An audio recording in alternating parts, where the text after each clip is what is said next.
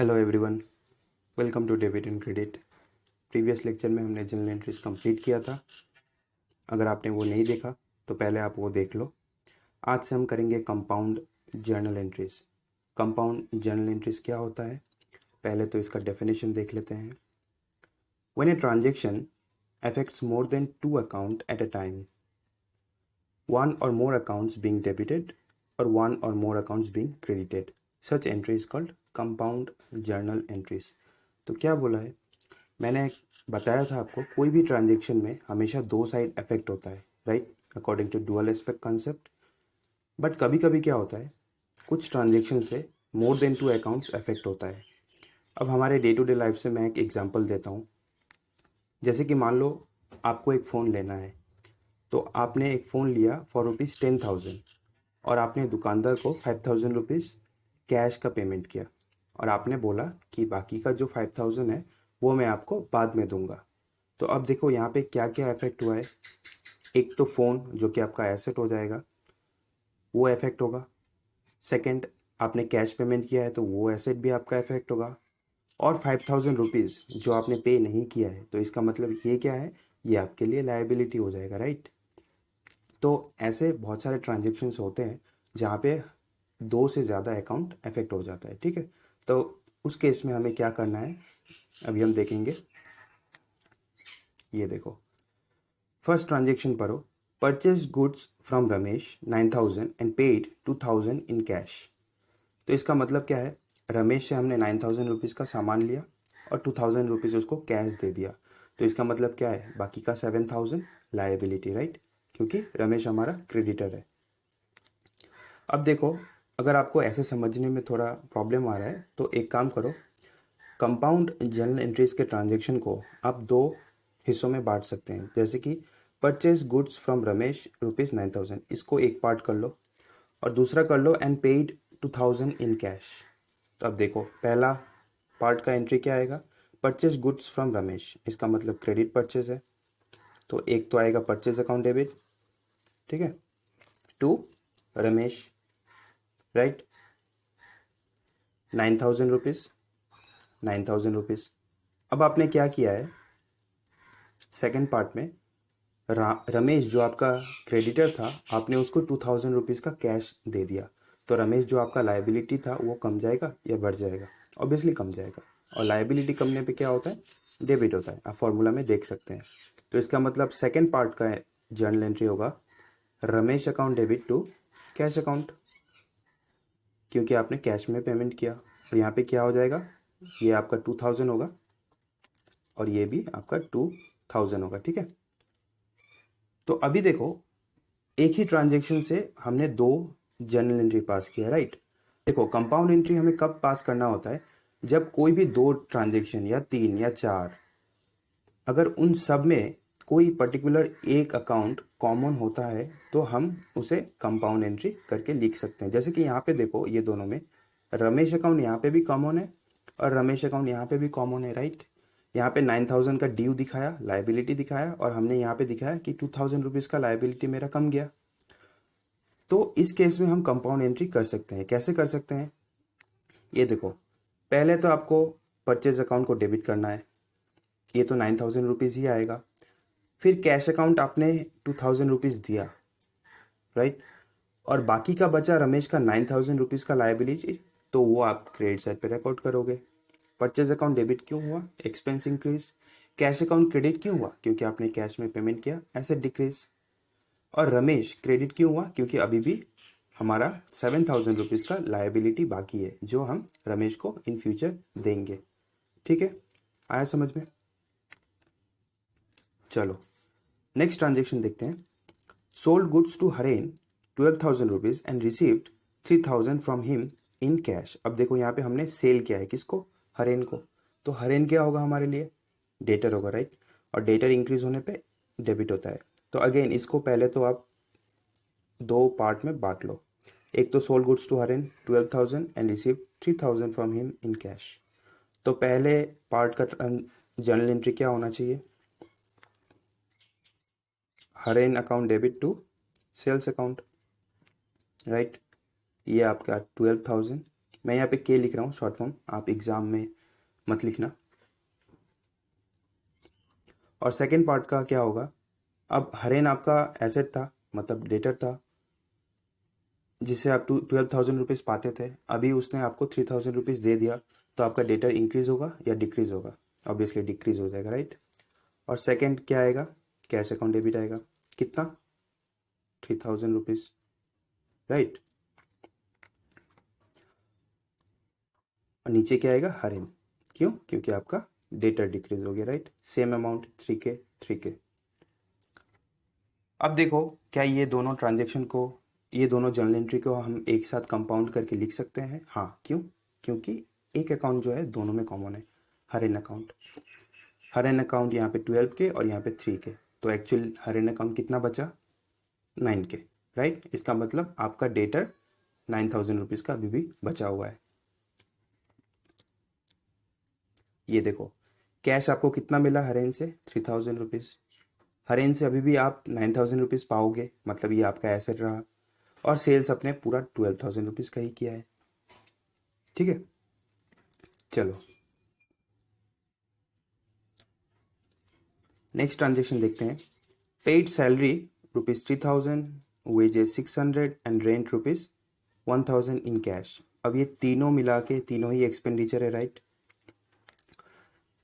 तो paid salary के case में क्या होगा, journal entry, salaries account debit to cash, मैंने बताया था।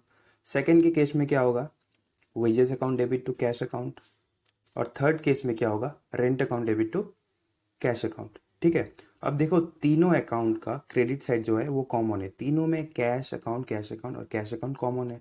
तो इसका मतलब हम ये तीनों को एक साथ कंपाउंड करके लिख सकते हैं, राइट। तो आपको करना क्या होगा, तीनों कैश अकाउंट को प्लस करना होगा। पहले वाले जर्नल एंट्री में 3,000, दूसरे वाले में 600 और तीसरे वाले में 1,000। इसका मतलब 4,600 आपका कैश क्रेडिट साइड पे जाएगा, और बाकी जो तीनों आइटम था वो तीनों डेबिट साइड पे जाएगा। ये देखो, सैलरी अकाउंट डेबिट क्यों होता है, क्योंकि एक्सपेंडिचर इंक्रीज। वेजेस क्यों डेबिट होता है, अगेन एक्सपेंडिचर इंक्रीज। रेंट क्यों डेबिट होता है, एक्सपेंडिचर इंक्रीज। अब ये तीनों को प्लस करके आप कैश अकाउंट लिख सकते हो, 4,600। और एक बात याद रखना, हमेशा डेबिट साइड और क्रेडिट साइड इक्वल होना चाहिए, ठीक है। अगर वो इक्वल नहीं है तो इसका मतलब आपका कंपाउंड जर्नल एंट्री गलत है, ठीक है।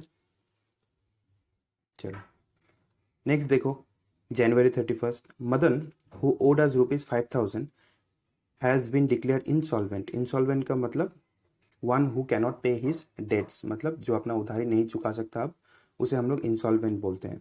तो हमने क्या बोला, 30 पैसा इन ए रूपी has been received from his E state in full and final settlement of his account. Madan Madan से हम लोग कितना पैसा पाते थे, 5,000। तो हमने क्या बोला कि तुम हर एक रुपये पे तुम 30 पैसा दे दो हमें, दैट विल बी सफिशिएंट। हमने 70 पैसा का उसका डिस्काउंट दे दिया। तो एक्चुअल में कितना रुपीज़ हम लोग पाते थे, 5,000। तो हमें कितना मिलना चाहिए, इसको x पकड़ लो, दोनों को क्रॉस मल्टीप्लाई कर दो, 5,000 इंटू 30 पैसा डिवाइडेड बाई 1, तो आपको मिलेगा 1,500। आप ये चेक कर सकते हैं, 1,500 रुपीज़ आएगा, ठीक है। तो इसका मतलब मदन जो कि आपका डेटर था, आप उससे 5,000 रुपीज़ पाते थे, but now that he cannot पे हिज ओन डेट, तो हमने थोड़ा डिस्काउंट दिया। हमने बोला हर एक रुपये पे 30 पैसा दे दो, तो इसका मतलब 5,000 पे हमें 1,500 रुपीज़ मिलेगा। और बाकी का 3,500 क्या हो जाएगा, बाकी का 3,500 बैड डेट हो जाएगा। बैड डेट का मतलब मैंने बताया था, the money which is irrecoverable. कोई भी डेटर अगर आपका पैसा नहीं दे सकता तो उसे हम बैड डेट डिक्लेयर कर देते हैं, ठीक है। ये देखो, कैश आपको कितना मिला, 1,500। बैड डेट हमारे लिए लॉस या फिर एक्सपेंडिचर, सेम बात है, होता है तो इंक्रीज हो रहा है तो डेबिट। और मदन हमारा डेटर था 5,000 रुपीज़ का, उसको हमने टोटली कैंसिल कर दिया 5,000 रुपीज़ लिख के, ठीक है। चलो यहाँ पे देखो, received 3,900 from Ramesh and allowed him discount ₹100। अब देखो, डिस्काउंट हमने अलाउ किया, राइट, मतलब बिजनेस ने अलाउ किया है। अगर आप किसी को डिस्काउंट दे रहे हो तो वो आपके लिए रेवेन्यू होगा या एक्सपेंडिचर होगा? ऑब्वियसली आपके लिए एक्सपेंडिचर होगा। अगर आपको किसी से डिस्काउंट मिल रहा है तो वो आपके लिए एक्सपेंडिचर होगा या आपके लिए रेवेन्यू होगा? ऑब्वियसली रेवेन्यू होगा, ठीक है। तो यहाँ पे हमने उसको डिस्काउंट दिया 100 रुपीज़ का, इसका मतलब हमारे लिए एक्सपेंडिचर हो जाएगा, राइट। अब देखो अगेन ये भी कंपाउंड होगा, तो दो पार्ट में आप इसको डिवाइड कर सकते हो। एक तो रिसीव 39 फ्रॉम रमेश और उसके बाद अलाउड डिस्काउंट 100 रुपीज़। तो रमेश से आपको पैसा मिला, इसका मतलब रमेश आपके लिए डेटर था। अब डेटर तो नहीं रहा क्योंकि उसने पे कर दिया, तो इसके लिए रमेश जो है हमारा डिक्रीज हो जाएगा, राइट। तो रमेश तो 4000 रुपीज़ पूरा हमारा डिक्रीज हो गया। जनरल एंट्री क्या होना चाहिए था? Cash to Ramesh, right. और दूसरे केस में क्या है, हमने उसको डिस्काउंट दिया। किसको डिस्काउंट दिया? रमेश को। तो ये तो आपका डिस्काउंट अकाउंट डेबिट साइड पे जाएगा। क्यों? क्योंकि एक्सपेंडिचर इंक्रीज होने पे डेबिट होता है। तो डिस्काउंट अकाउंट डेबिट हो जाएगा और रमेश अकाउंट क्रेडिट हो जाएगा। क्यों? क्योंकि हमने रमेश को दिया, ठीक है। तो अब ये दोनों को हम लोग एक साथ लिख सकते हैं, हाँ लिख सकते हैं, क्योंकि रमेश अकाउंट कॉमन है। रमेश अकाउंट यहाँ पे कैश में कितना आएगा? 3900 पहले वाले में, ठीक है, और दूसरे वाले में 100 रुपीज़। तो इसका मतलब रमेश टोटल कितना था? 4000। ये लो 4000 यहाँ पे हो गया। आपको कैश मिल गया 3900 और आपने उसको डिस्काउंट दिया 100 रुपीज़ का, ठीक है। तो कोई भी ट्रांजेक्शन में अगर दो से ज़्यादा अकाउंट अफेक्ट हो रहा है तो आप इजीली कर सकते हैं अगर आप उसको दो पार्ट में डिवाइड कर लो, ठीक है। नेक्स्ट ट्रांजेक्शन देखते हैं। Paid ₹950 to Sanjay and discount allowed by him ₹50। तो हमने संजय को 950 रुपीज़ पे किया, तो इसका मतलब संजय हमारे लिए क्या था? क्रेडिटर था, मतलब लायबिलिटी था, राइट। तो अगर आपने अभी संजय को पे कर दिया तो आपका लायबिलिटी इंक्रीज होगा या डिक्रीज होगा? ऑब्वियसली डिक्रीज हो जाएगा, ठीक है। लायबिलिटी डिक्रीज होने पे क्या होता है? डेबिट। तो पहले वाले केस में तो संजय डेबिट होगा टू कैश, क्योंकि आपने पैसा दिया। सेकेंड वाले केस में आपको डिस्काउंट मिला, ही अलाउड अस डिस्काउंट, तो ये वाला डिस्काउंट हमारे लिए रेवेन्यू होगा। रेवेन्यू इंक्रीज होने पे क्या होता है? क्रेडिट। तो इसका मतलब सेकेंड ट्रांजेक्शन जो है वो होगा संजय टू डिस्काउंट, राइट। यहाँ पे कितना अमाउंट आएगा? 950, क्योंकि हमने 950 रुपीज़ का ही पेमेंट किया और यहाँ पे हमें 50 रुपीज़ का डिस्काउंट मिला, तो यहाँ पे 50 रुपीज़, राइट। अब क्या हम इसको कंपाउंड कर सकते हैं? हाँ, संजय बोथ साइड कॉमन है, तो संजय एक्चुअल में कितना होगा? 950 प्लस 50, इसका मतलब 1000 रुपीज़। ये देखो संजय अकाउंट डेबिट 1000 रुपीज़। हमने कैश उसको पेमेंट किया 950 रुपीज़ का, एसेट डिक्रीज। अगेन डिस्काउंट हमें 50 रुपीज़ का मिला, इसका मतलब रेवेन्यू, ठीक है। नेक्स्ट वाला ट्रांजेक्शन देखो।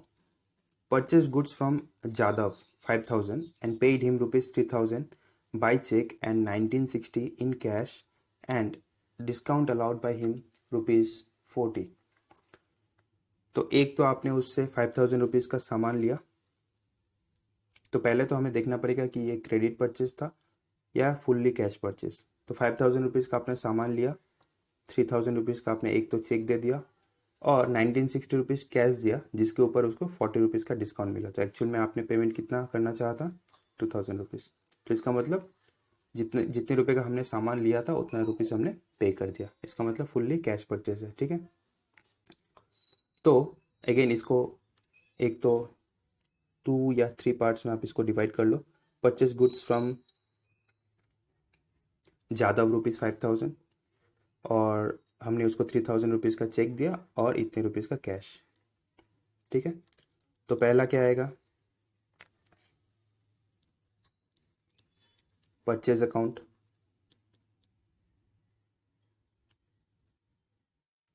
टू बैंक अकाउंट, क्यों? आपने चेक दिया। दूसरे वाले केस में क्या आएगा? Purchase account debit to cash account, क्यों? आपने कैश का पेमेंट किया। थर्ड केस में क्या आएगा? आपको डिस्काउंट मिला, तो डिस्काउंट मिलने पे क्या होता है? क्रेडिट साइड पे जाएगा। इसका मतलब थर्ड केस में क्या होगा? Purchase to discount received, right. पहले वाले केस में 2000 रुपीज़ आएगा, सॉरी पहले वाले केस में 3000 रुपीज़ आएगा, सेकेंड वाले केस में 1960 आएगा और लास्ट वाले केस में 40 रुपीज़। क्यों? क्योंकि डिस्काउंट मिला। तो क्या हम ये तीनों कंपाउंड करके लिख सकते हैं? हाँ। तो परचेज में कितना आएगा? 5000 रुपीज़। 3000 रुपीज़ का आपने चेक लिख दिया, इसका मतलब आपका बैंक डिक्रीज़ हो गया। आपने 1960 रुपीज़ कैश में पेमेंट किया और 40 रुपीज़ का आपका डिस्काउंट मिल गया, राइट। आई होप आप लोग को समझ में आ गया होगा। अगर कंपाउंड जर्नल एंट्री को लेके अगर आपका कोई डाउट है तो आप कमेंट कर सकते हैं, नहीं तो आप इस नंबर पे व्हाट्सएप करें। You can subscribe. If you have any query you can mail me here and please share it with your classmates or juniors. Thank you.